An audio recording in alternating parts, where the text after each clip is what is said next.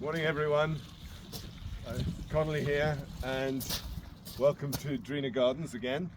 And today we're going to be pruning blackcurrants, which are here in this bed, and I'm going to try to explain all of the things that we need to consider when we're pruning blackcurrants. These particular blackcurrants are getting their first prune. They should have been pruned last year and they've been let go. So we're going to be quite brutal, but hopefully we'll end up with a structure that over the next few years will develop and become productive, high fruit yields and a good shape. So all is not lost. I was pretty despondent when I first came in and had a good look at these, but all is not lost. I've got some, I think we're going to be able to salvage some plants out of this, because it's all the branches that have fallen on the ground seem to have layered themselves. So we're going to look, here's an example. This one, you see, I'm pulling that, and along here the roots have gone into the ground. So we can prune this off here and put this into a pot, and this will become a new blackcurrant plant. That's not the only one that it's done it to. There's one here. You see, that's happened in along here. So we might even get, no, we won't. We'll prune that out. We'll cut that out there, and that'll become our new plant. Okay, so I'm going to take a cutting. The roots on this particular one are all in along here. So I'm going to cut that there, and then I'm going to loosen it along here, and you'll see, wow, this one actually done quite a lot of rooting.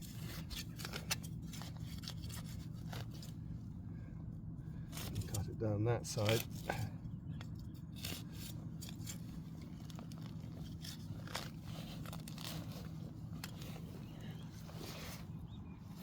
The roots are holding that on all the way down there. We probably don't need as much as that.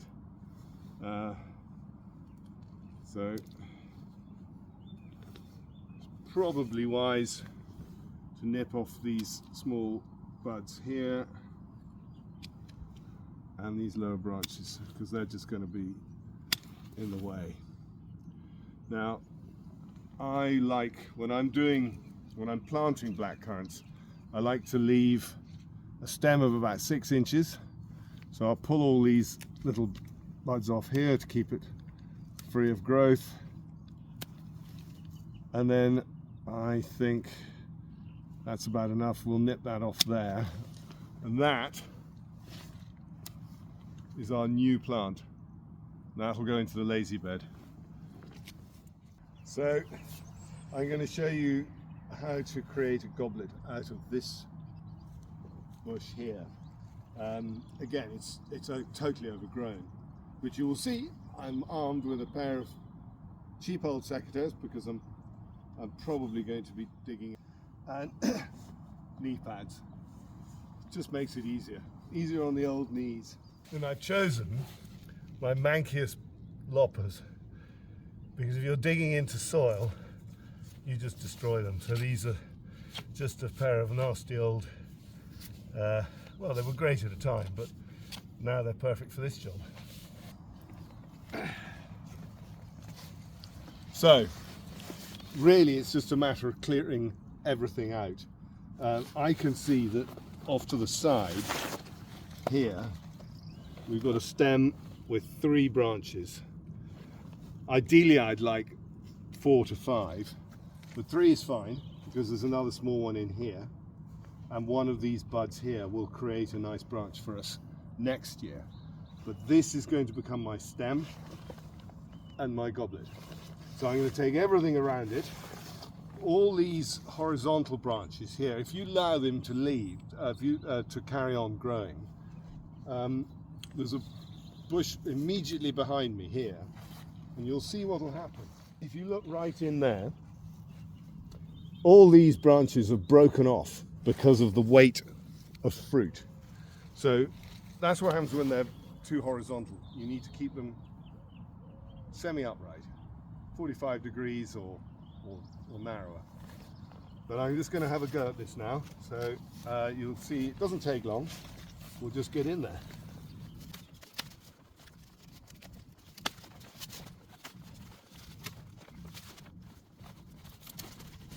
I can't cut that with the big loppers. They're sort of getting in the way. So I'm just going to nip these off with the small shears, so it gives me access. And I can, yeah, so that's not easy, but I can jam that in, cut it off. The same with that one there. Ultimately, just don't need them.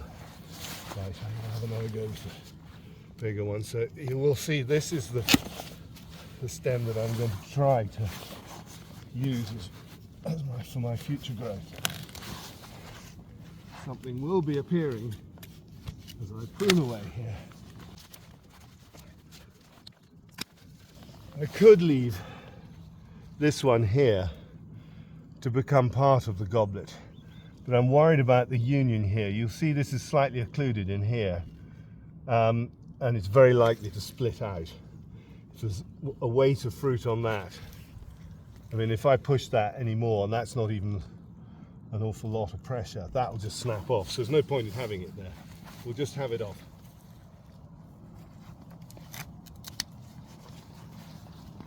Tidy some of these up if I can.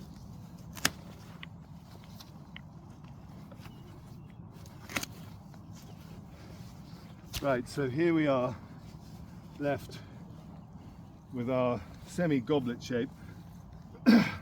I am now looking at this, I'm not that happy with this particular one here. It's too close to this one, so I'm actually going to nip that out. You do need to keep them nice and open. Free movement of air prevents pests and diseases getting at them, but it also makes it a lot easier to harvest.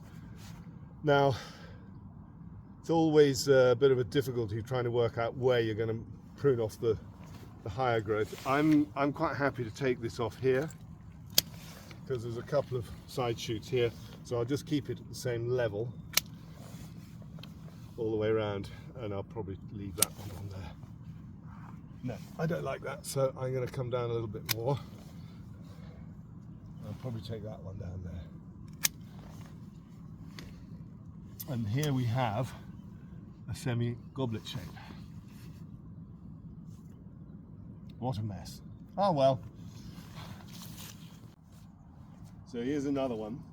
I think I can make some shape out of it. An awful lot of these are just too far gone, so we're going to end up with a single stem cut off. But I think I can make some shape out of this one. There is a cutting or a layer over here. I'm just going to nip that off, and we can deal with that later. So I'll just go nip that there and there, and that's so. Yeah, that's even just that's ready to break out. You can see how when they get that so horizontal like that, they're done really. So that can come out. That's kind of all of these ones at the side here. Oh, yeah, that's a lot. So keep moving them out of the way so I can see my shape. That's too low, so that can come off. As is that one. That can come off. But that's the sort of height we want there. It's about a hand's breadth from the ground. This one's too vertical, so I don't like him, so I'm going to have him off. Also a little bit low.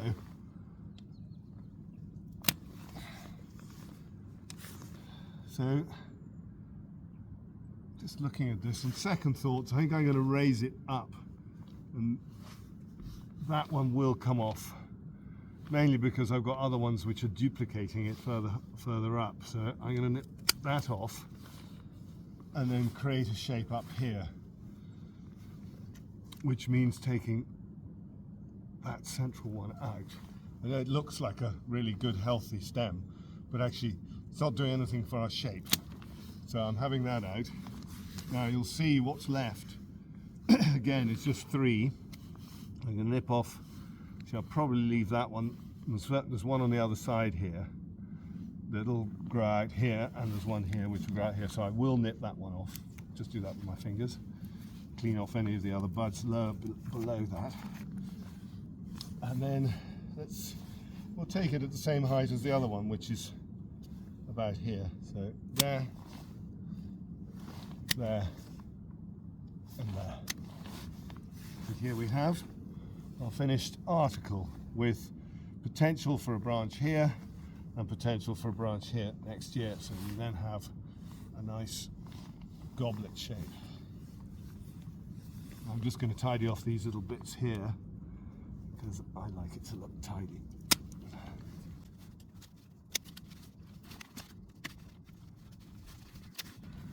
There. That's done. So while I'm here, I'm just going to nip that off just there. Now, I know a lot of people say that you should prune at 45 degrees. I'm a tree surgeon and I never prune at 45 degrees because it creates much too big a wound. You want to do the shortest cut across the stem that you possibly can. As I say, look, there's one there that's been cut at 45 degrees. You can see the surface area is much greater than one cut at 90 degrees. That's my point of view.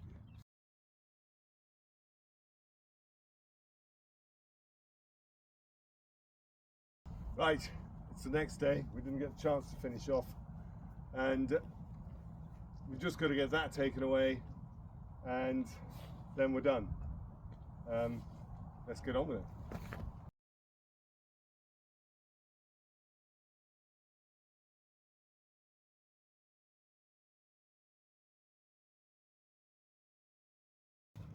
Okay, well, we're not quite finished, but it's only tidying up, and that's boring for you guys to have to watch.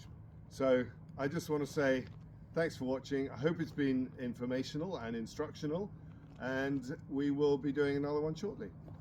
See you later.